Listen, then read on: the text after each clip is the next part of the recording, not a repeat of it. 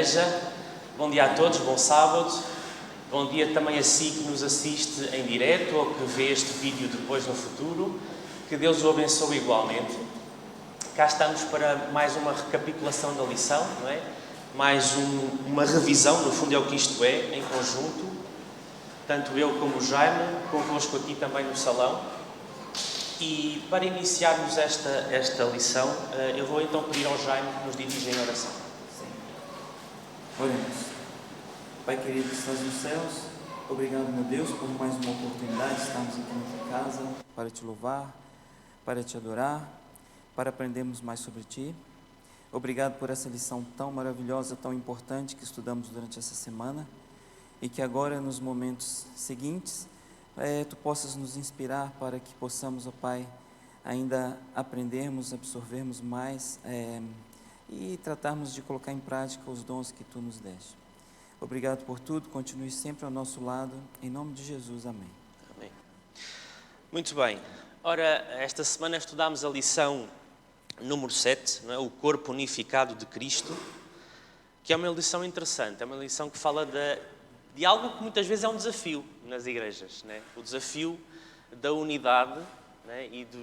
e das necessidades para esta unidade. Não é?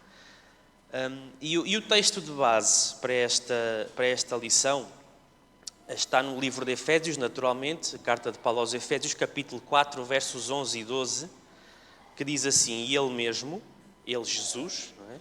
Deu uns para apóstolos, e outros para profetas, e outros para evangelistas, e outros para pastores e doutores, querendo o aperfeiçoamento dos santos para a obra do ministério, para a edificação do corpo de Cristo. E é interessante a ilustração que o autor da lição faz logo na primeira parte, não é? Porque ele conta uma história fictícia, naturalmente uma parábola, não é?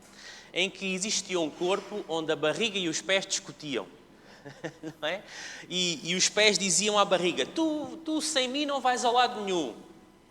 Só que a barriga dizia aos pés: pois, mas se eu não processar o alimento, tu não tens energia para me levar a algum lado. Okay?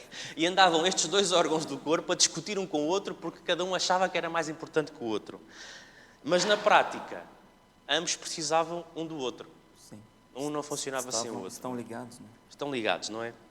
E de facto, esta é a questão, não é, Jaime? Nós como igreja, uns são pés, outros são mãos, outros são barriga, outros são olhos, outros são ouvidos. Não importa o mínimo que possa aparentar, mas todos fazemos parte. Exatamente. Quando alguma coisa falha no corpo, o corpo deixa logo de funcionar da mesma maneira que estava a funcionar antes. Já reparou quando a gente machuca o dedinho do pé? E é só tipo uma unha encravada ou qualquer coisa do género. Já faz uma diferença enorme, né? É, não é? E é um órgão pequenininho, né? De facto, não é? Aliás, nós nas corridas sabemos perfeitamente. Basta uma coisinha do corpo não estar bem, pronto. Exatamente, já faz uma diferença. Exatamente. Às vezes estamos a correr muito bem e de repente há um tendão, ou um nervo qualquer, ou um músculo que decide prender. Pronto. Uma unha que começa a entrar na carne ali. E já foi. Acabou-se a corrida. Já era. Acabou-se a corrida, não é? E de facto, nós como igreja somos assim, não é? Às vezes, somos como a barriga e os pés. Pomos a discutir uns com os outros. Não, eu sou mais importante. Não, sem mim a igreja não funciona. Não, a igreja precisa mais de mim do que de ti. Na verdade, precisamos todos uns dos outros. Sim, a boa notícia que a gente aprendeu na lição e que a gente tem aprendido sempre ao estudar a Bíblia é que, eu até apontei aqui, não importa quem você seja, tem um valor inestimável no corpo de Cristo. Né? Se o meu dom é um dom que, vamos dizer, apareça no sentido de visualização. Por exemplo, né? Por exemplo. Neste momento nós os dois estamos a aparecer mais, vamos colocar assim, por exemplo. Ou se o meu dom é um dom que não precisa estar tanto em público, estar tanto a aparecer, Sim. não é? Não importa, são importantes. É que existem dons e tarefas na igreja que quando as pessoas olham para nós é mau sinal. E estou a pensar nos nossos irmãos que estão lá em cima. Exatamente. Se o pessoal aqui da frente começar a fazer assim, lá para cima, é porque falhou um microfone ou porque falhou qualquer coisa. Bem lembrado, eles lá em cima não aparecem, mas têm um papel fundamental. Mas lá em casa ouviam-nos sem eles? Não, Não. é verdade. Não. Assim é que funciona. Quando a igreja também participa, e eu relembro que há de haver, já está ali o Manuel com o microfone no tripé para participar. Quando participam, sem eles lá em casa ouviam-vos? Não. Então porquê? Porque eles não aparecem aqui à frente, são menos importantes do que nós? Não. Com certeza que não. Não.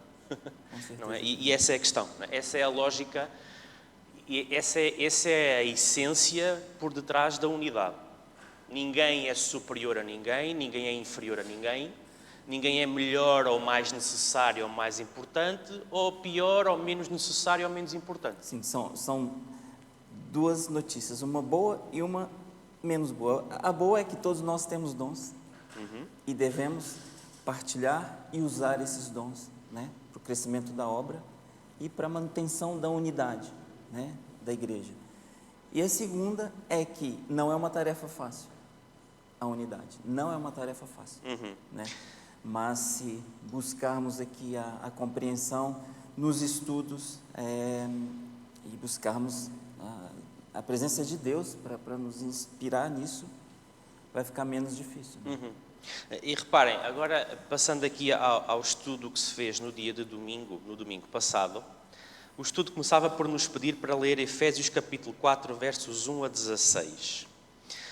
E depois perguntava assim, como é que Paulo encoraja os crentes a alimentarem a unidade na igreja? Não é? Ou seja, eu aqui lançava esta pergunta também para nós aqui no salão. Que coisas importantes é que vocês detectaram nestes textos de Efésios 4, 1 a 16? O que é que vos chamou a atenção quando leram estes textos? Quais são os tópicos que aqui estão que dizem respeito à unidade?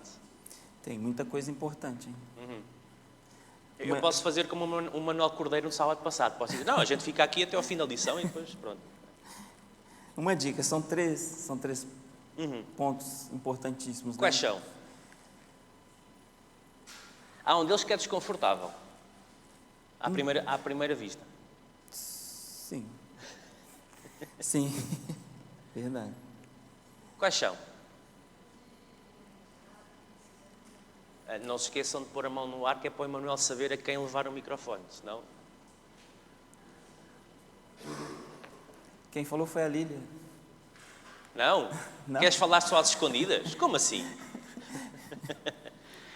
Irmãos, está lá um ponto no texto que diz assim, e eu apenas começo pela primeira palavra, os irmãos de certeza que vão saber o resto. Suportai-vos... Ei, pronto, estraguei tudo. Ei, suportar-nos uns aos outros. Isso significa que eu tenho que suportar aquele irmão ou aquela irmã que está-me sempre a chatear a cabeça e sempre não sei o quê, que tem assim um jeitinho às vezes pouco simpático e... Você tem que me suportar. Isso. E tu a mim? Ou seja, reparem, o que é isto? O que é suportar-vos uns aos outros? Foi isto que nós fizemos aqui? Pronto, olha, vou ter que suportar, que remédio. Não é? É isto, suportar-vos uns aos outros? Não, pois não. Porque suportar assim, eu não estou a suportar, eu estou simplesmente a aguentá-lo. Suportar, ser suporte.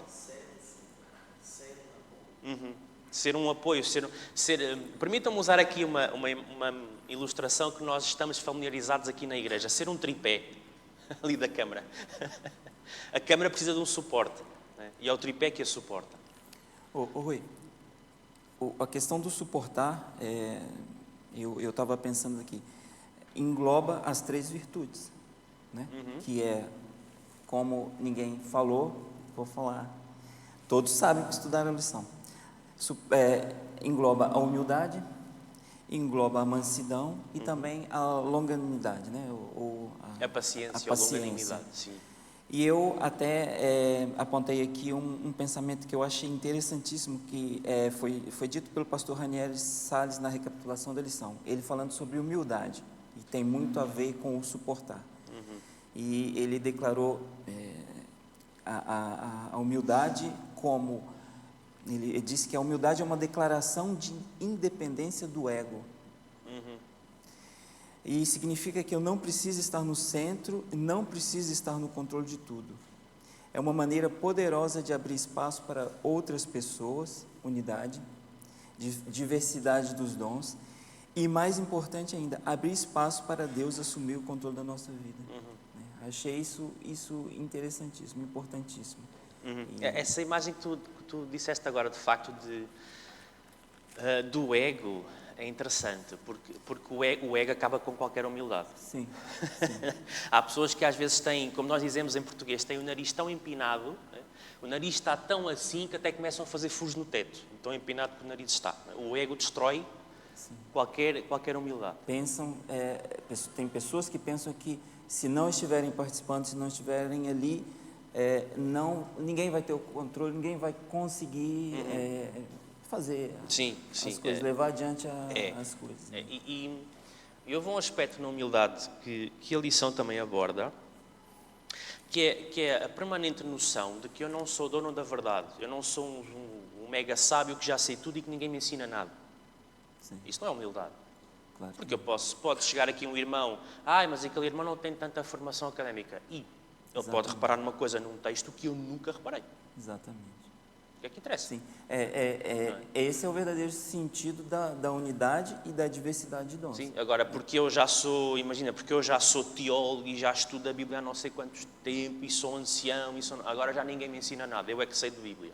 Sim. Isso não é humildade, isso é ego, isso é vaidade.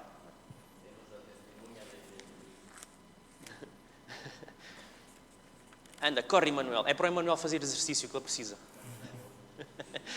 Por isso é que existe uma amplificação. Gonçalo. Senhor Jesus Cristo nasceu num pesebre, tendo podido nascer no palácio. E também não nasceu na beira dos grandes teólogos. E também temos a testemunha de Jesus Cristo, que em que foi para a beira dele foram pescadores. De facto, não é? Nós entramos, entre aspas, em imaginação. Entramos no templo e está lá um menino com 12 anos à conversa com os grandes professores daquela sinagoga. E os professores, diz-nos as Escrituras, que os professores se maravilhavam do conhecimento que ele tinha. Não é?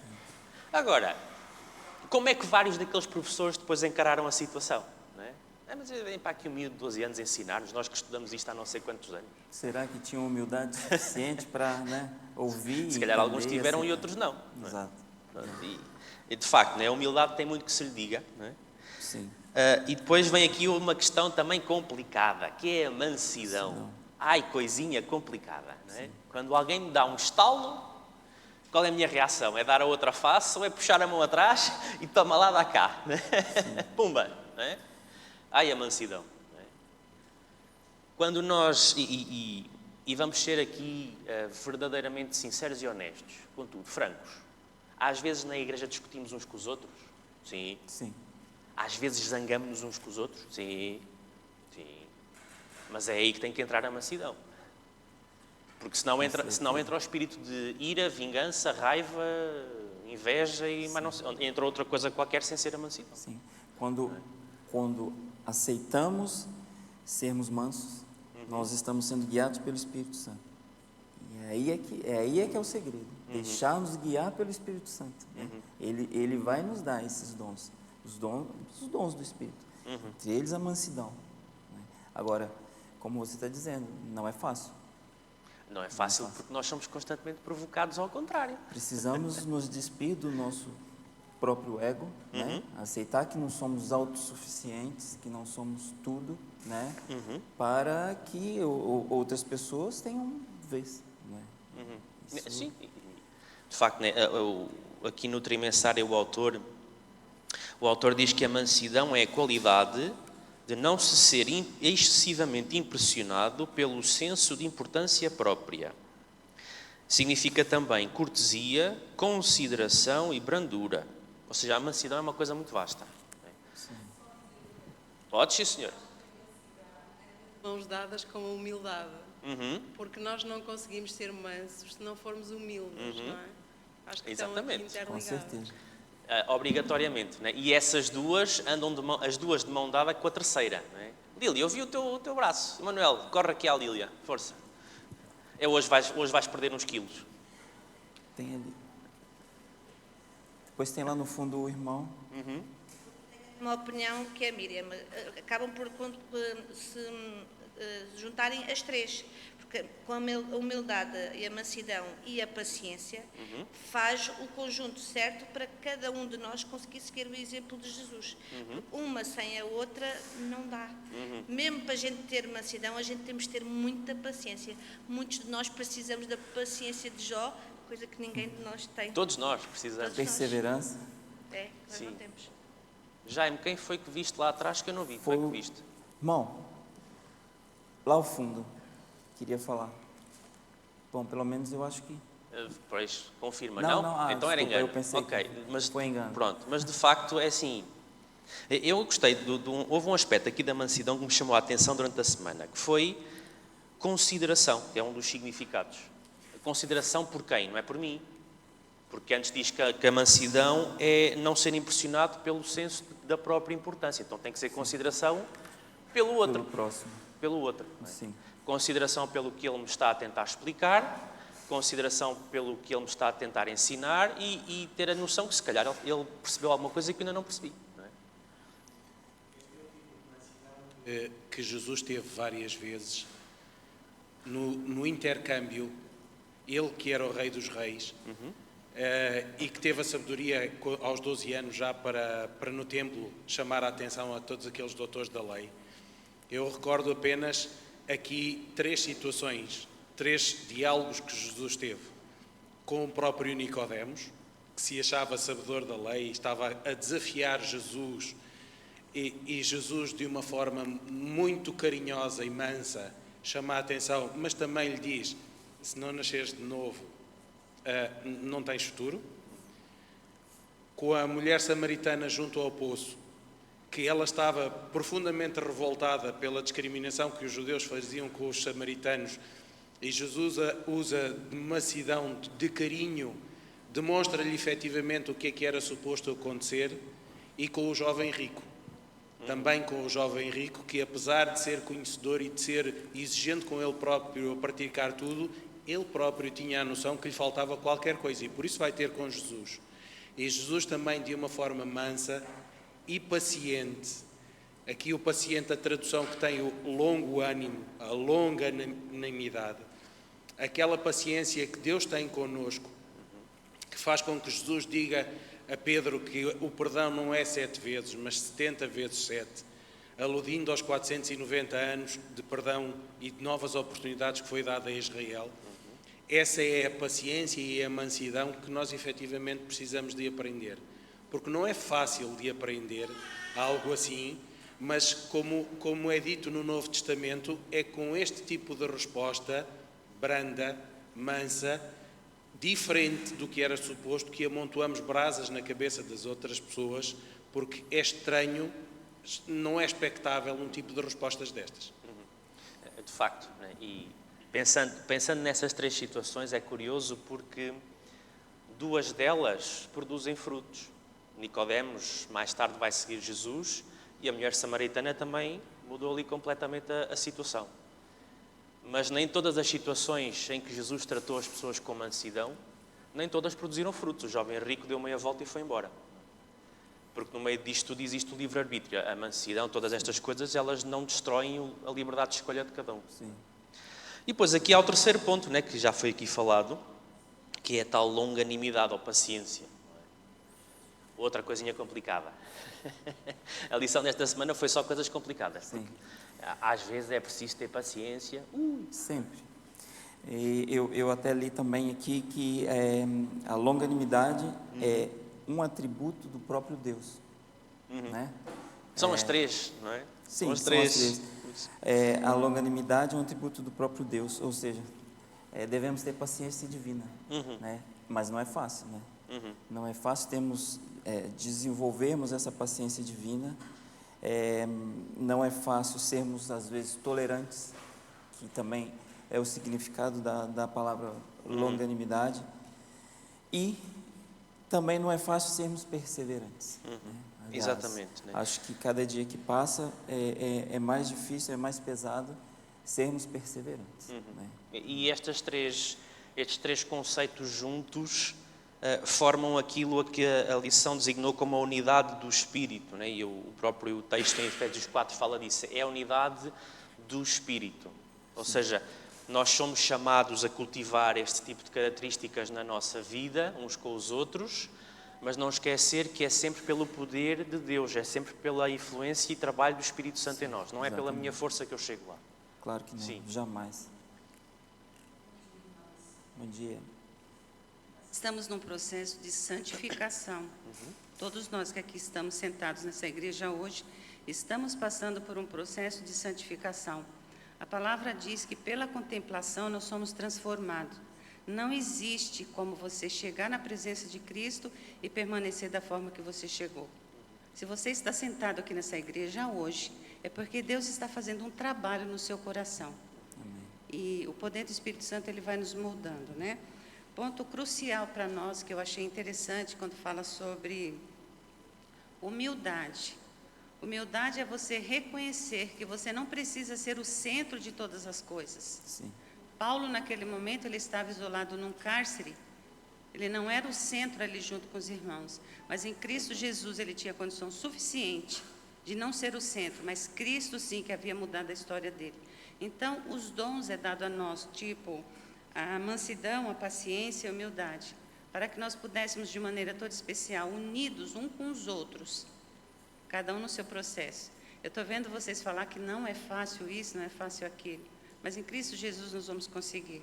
Amém. Entende? Então, esses dons, Deus está nos dando em porção especial para que possamos desenvolver e sermos realmente a nossa melhor versão em Cristo para ajudar outros que ainda não conhecem. E todos nós que aqui estamos nesse processo, uns mais e outros menos, mas o importante é o processo. Sim, aqui à frente, Emanuel. Muito bonito o que a irmã disse, quero dar um bocadinho mais de apoio, para apoiar o que ela disse, porque gostei. É sim, é verdade. E também devemos ver a ferramenta que nós temos para conseguir alcançar todos esses objetivos na santidade, não é? Jesus nos deixou uma ferramenta, certo? Temos a ferramenta à mão. Mas antes de nós pegar na ferramenta, temos que ter aceitação. Aceitação de quê? De desejar nós, peço desculpa as minhas palavras, desejar nós ser ajudados por Ele. Porque Jesus não vai ajudar a quem não deseja ser ajudado, porque Ele não é comunista. Então, na liberdade, certo? Que Ele nos permite, no livre-arbítrio, nós temos que tomar a eleição de desejar ser ajudado. Só aí é que vai haver a porta de entrada da nossa ajuda, da transformação do nosso caráter enquanto tudo compreende. De facto, não é? Amém. Muito bem dito. A irmã Rizomar lembrou uma coisa importantíssima, né? Que para alcançarmos a unidade do Espírito, isso não é algo que se alcança de um dia para o outro. É todo um processo, não é? Para eu chegar a ser humilde, manso, longânimo, paciente, é todo um processo, né? E nós, primeiramente, devemos estarmos abertos a participarmos desse processo, né? A aceitarmos isso, né? Porque Deus não, como você disse, Deus não nos obriga, né? Mas nós temos que estar aptos, querendo aceitar esse processo e começarmos a trabalhar, isso é importante, trabalhar dia a dia, situação a situação, situação má, situação boa, trabalharmos esse processo para que alcancemos a unidade do Espírito. Não é? Houve um detalhe, não sei se repararam naquilo que a irmã Rizomar disse também. Não é? E nós todos estamos nesse processo, uns mais à frente, outros mais atrás. Ou seja, pode ser que nesse processo eu esteja num degrau da escada e o Jaime está 3 degraus lá mais à frente. Ou até pode ser o contrário. Estou eu 3 degraus lá mais à frente, só que depois eu cometo um erro qualquer no meu caráter e caio por ali abaixo 5 ou 6 degraus. Exatamente. E às vezes, se não for o Jaime a dar-me a mão, ainda aqui ia mais degraus. Ok? Ou seja, e aqui entra a unidade. Estamos todos na mesma escada. Quando eu vejo um irmão qualquer que precisa de ajuda para subir um degrau, o que é que eu faço? Eu meto-lhe o pé em cima da cabeça, vá, vê lá se sobes. Ou eu estendo a mão, anda, vá que eu ajudo. Rui, Não é? voltando ao exemplo que você deu no comecinho da lição, a corrida. Sim. Quando a gente começa uma corrida, estão todos ali Juntos. juntos, num só pensamento, que é terminar a corrida. Mas ao longo da corrida, a gente nota que muitas vezes a gente larga na frente de alguém, mas vemos depois essa pessoa passar à nossa frente, né? E acontece também de muitas vezes, talvez passou à frente por termos sentido algum mal, ou não estarmos assim tão bem naquela corrida, mas com o tempo vamos melhorando ali e voltamos a passar à frente daquela pessoa, né? Eu acho que isso ilustra bem o processo, Sim. né? E às vezes, tu sabes mais disso do que eu, de certeza, muitas vezes quando vemos as corridas profissionais, né, no campeonatos do mundo, Jogos Olímpicos, etc., vocês reparem que, por exemplo, por norma, quando é Jogos Olímpicos, os atletas do mesmo país, tipicamente, eles vão juntos em grupo.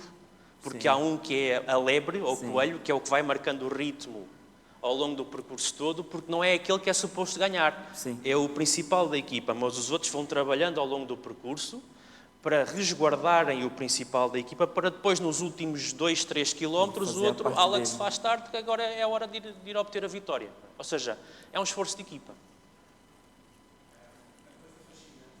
Da escada da santificação é que os degraus têm atributos diferentes para mim ou para ti, ou para o Jaime.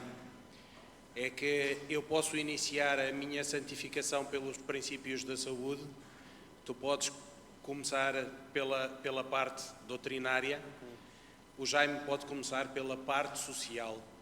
Mas a coisa fascinante é que, ainda que eu possa ter os meus degraus em ordem diferente das vossas, os degraus estão todos lá. E é necessário que nesse percurso, nesse crescimento, cada degrau vá fazer a diferença.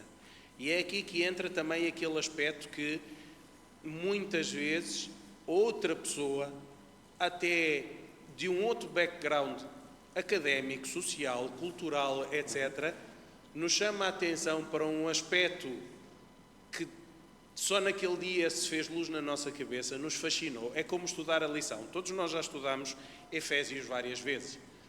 Quem é que até agora ainda não descobriu coisas novas acerca de Efésios? Se ainda não descobriu, se calhar é porque ainda não estudou. Porque todos nós, ainda que conheçamos Efésios, estamos a descobrir coisas novas a cada lição que estamos a estudar. É verdade. E assim é a santificação. Quando estamos disponíveis para que o Senhor, através do Espírito Santo, impressione o nosso coração, a cada dia, a cada interação. Por exemplo, cada pessoa que aqui está, que já deu estudos bíblicos, pode demonstrar isto. Quando nós estamos a dar um estudo bíblico permitam uma expressão sem ofensa para ninguém, a um analfabeto na fé, muitas das vezes, a forma como são colocadas as questões, as perguntas que são direcionadas ou as dúvidas, permitem-nos percepcionar aspectos que são importantes para a nossa santificação, mas que até aí nós ainda não tínhamos conseguido perceber. E o mais fantástico, e se me permitirem, é quando nós estamos a ter este trabalho com crianças, com jovens, que eles são fascinantes. E é por isso que Jesus diz que se nós não formos como crianças, não podemos estar lá. Porque a forma genuína como eles colocam as questões, a forma genuína como têm a visão, é importante. Ainda que, e se me permitires, Paulo chama a atenção que nós devemos ser como crianças na aceitação, mas depois não podemos ser crianças no ser levados no vento, etc. Sim, a lição também chega lá, né? E agora temos aqui uma questão que eu achei muito importante. Porque é assim, na lição de segunda-feira temos aqui juntos como um no único. E temos aqui o texto de Efésios, capítulo 4, versos 4 até ao 6, que tem ali 7 uns, né? Sermos unidos num isto, num aquilo, num aquilo outro. Né? Quais foram os uns que foram aqui mencionados neste texto? Que uns é que estão aqui no texto? Lília. No início estavas só a querer falar às escondidas, mas agora deram-te o microfone, ui, não é? Jesus é um corpo, um só espírito, uma só esperança, um só Senhor, uma só maneira de crer, um só modo de batizar e um só Deus e Pai. É interessante a tradução que tiveste aí, que disseste uma só maneira de crer. Exatamente. Noutras traduções tem uma só fé. Uma só fé.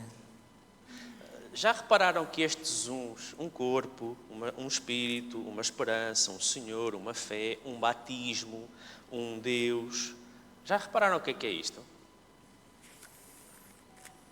O que é isto? Elementos vitais para a união da igreja. Né? Isto são os pilares da verdade. Há um só Deus, há um só Espírito, há uma só igreja, há uma só esperança, há uma só fé. Isto são os elementos básicos da verdade. Com certeza. O que Paulo está aqui a dizer é, olha, existe diversidade na igreja, diversidade de talentos, de dons, até de opiniões, de tanto que nós às vezes discutimos uns com os outros, porque temos opiniões diferentes sobre alguma coisa, não é? E às vezes até nos podemos zangar uns com os outros. Esperemos que aí venha a mansidão, a humildade e a paciência, para não ficarmos zangados muito tempo. Mas atenção que somos chamados a esforçar-nos para nos entendermos uns aos outros, para construirmos a unidade com a diversidade, mas na verdade. Sim, exatamente. Ou seja, este caminho da unidade, ele tem dois aspectos. Sim, nós temos que entender que às vezes existem coisas periféricas nas quais nós podemos achar que fica melhor uma planta de uma determinada cor. Sim. E o meu irmão lá diz, não, mas acho que fica melhor outra cor. Sim, isso significa... São coisas... Outra coisa é começarmos a ser, como se diz agora, inclusivos, né? Há muito agora esta palavra, a inclusão, né? Aceitamos tudo, que é para ficar tudo unido. Aí é que entra o perigo, né? Que isso está até mais à frente no outro dia. Logicamente, é o que você está dizendo. Vamos ter diversidade, temos diversidade na igreja sobre opiniões. Isso vamos ter sempre. Mas isso jamais pode afetar e jamais pode ser uma diversidade na nossa fé. Né? Na maneira, na Bíblia, sim, na palavra, no Evangelho, nas doutrinas. Né? Isso sim tem que ser um. Não pode ser mais de um, tem que ser um. Não pode haver diversidade. E aí entra muitas vezes a nossa capacidade de eu tenho uma opinião sobre algum assunto e de repente há um irmão ou uma irmã que diz, mas tu já leste aqueles textos assim, vem mostrar o estudo bíblico todo que fez sobre o assunto. Eu, tu tens razão. E agora? É o meu ego, né, que vai sobressair, ou é a mansidão, a humildade e a paciência? Não é? É só voltar na lição anterior. Quando acontecer isso, pega a lição. Pega na lição 7, guardem este trimensário lá em casa, ou então arranquem as folhas desta lição e guardem estas. Né? Não façam isso, é só uma brincadeira. Mas de facto, né, porque às vezes nós podemos correr o risco, e Satanás muitas vezes tenta destruir a igreja a partir de dentro. Sim. Aliás, Paulo avisou isso mais à frente. Atenção, cuidado, para não irem atrás de qualquer vento de doutrina e de qualquer coisa que vá aparecendo. E hoje em dia chegam muito, esses ventos vêm muito facilmente. Pronto, é unidade, mas não vale tudo. Não é? Pronto, né? Existem princípios nesta unidade. Não é? Existem pontos e por isso é que é importante, quando existe uma diferença de posição sobre alguma coisa, é importante, e o Emanuel viu alguém que eu não vi, mas é importante nós, em primeiro lugar, irmos estudar os dois juntos o assunto. Se eu penso uma coisa e o meu irmão pensa outra, não, então vamos nos juntar. Era o que faziam os pioneiros da igreja. Sim, era o que eu ia falar. A dúvida que eles tiveram no comecinho ali, reuniram-se em grupo para estudar essa dúvida, né? Sim. Acréscimo e depois também tenho uma pergunta. Na mesma lição de segunda-feira, ela acaba nos parafraseando um dos aspectos muito importantes, porque pese embora o mesmo capítulo, né, nos fala que basicamente não existe trindade, é o mesmo que de outra forma vai desfazer quando nele diz um só Espírito, um só Senhor e um só Deus. É muito importante frisarmos essa parte, porque muitas vezes usamos o mesmo capítulo de Efésios para dizer que não, só existe um Deus, não há trindade. Mas o mesmo Efésios diz que não, há só um Espírito, há só um Senhor e há um só Deus. Então, de uma forma mais profunda, conseguimos entender de que Espírito se trata, de que Senhor se trata, de que Deus se trata. E pese embora depois entramos aqui uns dois termos que eu gostaria também, tinha uma dúvida minha, que a questão do panteísmo e do panenteísmo, qual é a posição da Igreja Adventista, né? Ou qual é a sua posição, como compreendemos essas filosofias, porque eu li, mas não consegui enquadrar ela segundo a lição. É uma das minhas dúvidas. Sim, Emanuel, lá atrás, no Manuel Cordeiro.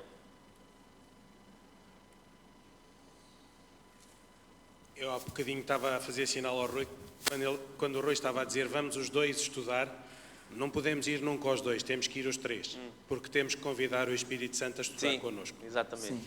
Ok?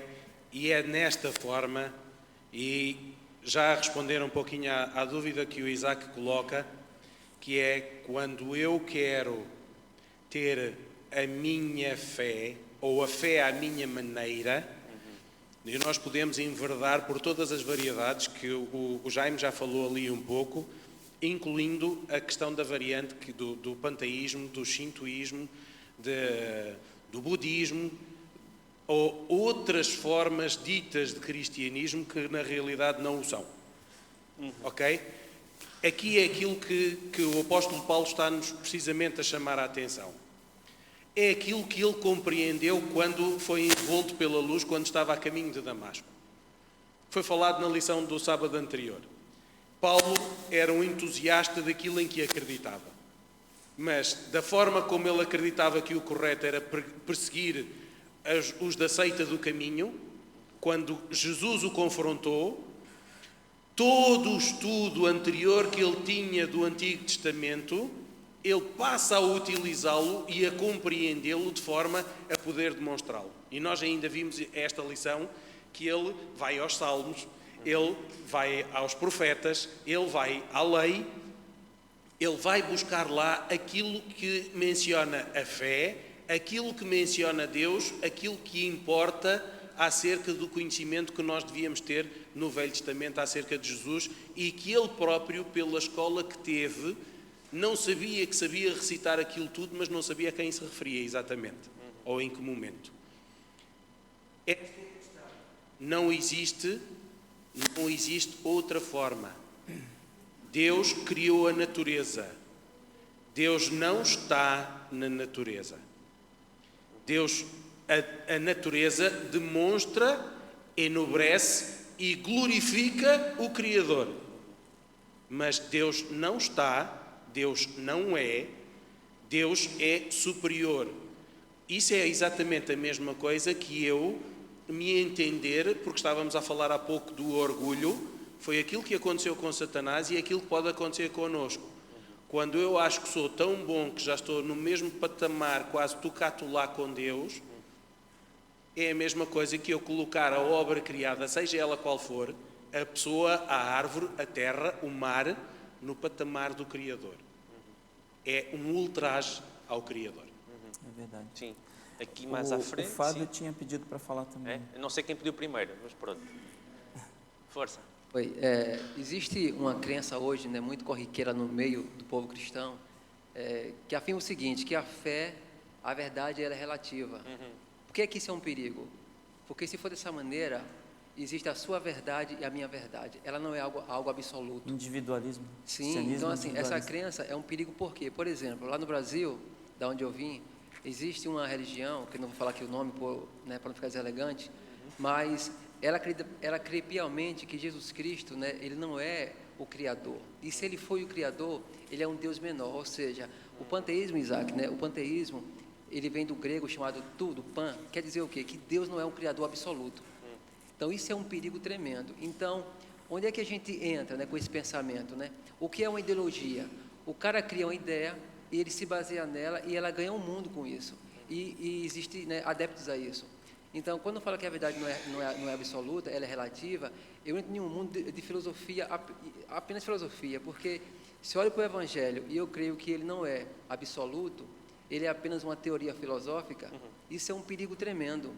Então, quando você pega essa Bíblia, né, que eu tenho uma em casa, lá em João 1:1, lá está desse jeito, dessa maneira. No princípio era o verbo, e o verbo, entre parênteses, era um Deus, e está lá um Deus menor, né? Então, Jesus Cristo, ele também é Criador, né? Você e eu sabemos disso. Mas o perigo é isso, quando você fala que a verdade ela é relativa, isso abre um leque, né, uma avenida para que eu crie minhas teorias filosóficas, né, as minhas ideias errôneas, e o mundo está aí hoje, né, que está por causa disso. Né? O panteísmo, o deísmo, existe uma crença agora, não sei se ela é nova, mas ela está hoje no auge, que Deus ele criou o universo e o abandonou, ficou às margens. Né? Então, quando a gente ouve essas expressões e essas classificações, a gente fica pensando, onde é que eu aplico Efésios 4? né? Há um só Deus, uma só fé, um só Senhor. Porque no grego é um só mesmo de unidade, só que entra essa questão, né? Como o Isaac falou, como é que esse Deus ele é três? Irmãos, se você ler João 20 e 28, se você ler Romanos 8, 11, Atos 20 e 28, você percebe que ali está bem claro, né? Quem ressuscitou Cristo na cruz não foi Deus, foi o Espírito Santo. Porque é a Trindade. Você percebe em Atos que quem deu a sua vida na cruz do Calvário não foi Jesus, foi o Espírito Santo. Dando a entender que, de fato, essa unidade se divide, né? Mas são três seres coerentes. Então, assim, é um assunto, né, que envolve, né, essas questões, só que quando você se depara com a Bíblia, né, você percebe que ali ele dá um leque de informações onde você pode basear a sua fé e viver tranquilo nisso. Então, é um perigo tremendo hoje, né, essa fé ser relativa, e a gente sabe que o diabo ele tem essa pretensão, né, é de confundir a verdade e a mentira. E se estamos vivendo hoje esses dias finais, a gente sabe que hoje em dia você defender a verdade, não é que seja impossível, mas está difícil. Por quê? Porque pessoas pegam um verso paralelo que aparentemente não quer dizer aquilo, mas ele aplica, né, nesse contexto para que reforce a sua ideia. Então é isso. Verdade. Obrigado, irmão. O Fábio e a seguir a Rizomar. Verdade que eu vi. O que o irmão falou. Essa semana mesmo eu me deparei com algo nesse sentido, porque nesse caso foi um vídeo sutil, e a pessoa em causa usa palavras lindas, um vídeo muito bem editado, mas que atrás daquilo ali era uma mentira absoluta, uma mentira, sabe? E muitas vezes corremos o perigo de nos deixarmos levar por esses ventos. Os ventos de doutrina. Né? Isso é perigoso. Sim, Fábio. Vou tentar ser muito rápido. Sim. Fez-me lembrar só, eu peço desculpa, eu vou recuar um bocadinho naquilo que estávamos a falar, porque para mim é pessoalmente a minha principal preocupação, que é o seguinte. Isto faz-me lembrar, quando há pouco estávamos a falar na unidade na diversidade. Eu, enquanto artista, enquanto estudava artes, havia um exercício que era tentar criarmos um desenho onde tivesse diversidade, mas ao mesmo tempo, olhando para ele, desse um ar de unidade. E isso, de facto, é bom e rico para a Igreja. Nós podemos ser diversos, etnias, culturas diferentes no sentido das nossas origens, com dons diferentes, e isso enriquece a Igreja. Mas o problema é quando crenças, por isso é que este versículo diz, uma só fé, um só Deus, um só batismo, é quando as minhas interpretações pessoais, ou as minhas ideias, ou a minha forma de pensar, que eu sim acho que comportamos-nos um pouco como Caim, em que achamos que isto é que é o melhor para Deus. E depois temos um problema. Não queremos mudar a Igreja, mudar a forma de adoração, mudar a forma até das crenças. Começamos a colocar o Espírito Santo em causa. Será que o Espírito Santo é Deus? Quantos de nós dentro da Igreja já não ouvimos essa questão? Então, este para mim é o meu principal problema, em termos daquela questão que nós estamos a falar. Quando Paulo aqui está a escrever isto desta forma, dizer assim, não há aqui, dentro do povo de Deus, se alguém tem interpretações, ideias, eu vou dizer uma coisa que pode ser muito dura, mas a porta da rua é a serventia da casa. É assim, se não se identificam com aquilo que são as crenças, se o sábado, não é preciso seja o sábado, a questão do estilo de vida saudável, as bebidas alcoólicas, seja o que for, isto não é bem assim. Irmãos, se não entendem dessa forma, não podem pertencer a esta família espiritual. Com certeza. Têm que encontrar outro caminho, porque a Bíblia diz, há um só Deus e um só batismo. Esta igreja foi criada por Deus, de joelhos, com muita oração. E quando esta igreja foi instituída por Deus, e nós acreditamos pelo processo como sendo a igreja remanescente dos últimos tempos, ela tinha um propósito. Nós somos o sacerdócio real. Por isso, quando colocamos em causa aquilo que são as doutrinas da Igreja, a forma de adoração a Deus, estamos a colocar muita coisa em causa. Então, se calhar aí o melhor é encontrar a opção, porque Deus nos dá essa liberdade. Deus não nos obriga a estar aqui. Deus não nos obrigou a entrar no tanque batismal e querermos ser membros da Igreja Adventista do Sétimo Dia. Então, para mim, desculpem só desta parte, dizer é que a minha principal preocupação é quando nós queremos transformar, mudar a verdade, não é? A verdade. Sim. A Rizomari e a seguir o irmão José. Peço que sejam sucintos o mais possível. Não é? Não existe unidade fora da verdade. Foi isso que a lição nos ensinou essa semana. Outra coisa muito interessante, muitos estão no caminho do cristianismo, mas o cristianismo não está no caminho da vida desta pessoa. E aí, baseado na palavra de Deus, São João 17:17, santifica-os na verdade, a tua palavra é a verdade. Então, não existe unidade fora da verdade. O apelo de Paulo naquele momento era despertar nos irmãos a santa vocação. E se nós não tivermos um alicerce, uma base na verdade, seremos arrastados pelos ventos de doutrina. Irmão José, aqui à frente. Como muitos sabem, eu fui criado em religiões, digamos assim, ou sectas. E estou cá hoje, graças a Deus, por deleite e a delícia da palavra de Deus, que na procura da verdade chegou até a mim. Mas é assim, uma da delícia que nós temos como cristãos que perceber, para nós, como adventistas do sétimo dia, para não ter nenhuma contrariedade ou uma mente com curiosidades naquilo que não, e sequer por uma milésima de segundo, deveria de passar por nossas mentes. Por quê? Porque a igreja adventista é uma igreja que tem profecia. E então, se nós temos profecia, em nós não tem que haver dúvida, porque as respostas para as nossas dúvidas estão lá. Então, sendo uma igreja adventista com profecia, e se hemos acreditado na fé verdadeiramente, não de palavras, sino numa aceitação profunda, em nós não vai haver nenhuma classe de dúvida, porque Jesus é a roca firme para nós. Amém. De facto, não é? Para terminar, ir terminando, Que não é? pena, né? Tínhamos tanta coisa importante. É o normal da lição, por isso é que falar. é bom estudarmos em casa, porque aqui é apenas uma revisão, não é? Ou tenta ser apenas uma revisão. Temos esta questão, de facto, dos dons, não é? Temos talentos diferentes, dons diferentes. Deus não cria toda a gente igual. Não somos todos uns robôs em que ele fez copy-paste do mesmo pedaço de programação. Não, agora é tipo linha de montagem, tunga, sempre a sair. Não é. Ele não cria dois seres humanos iguais.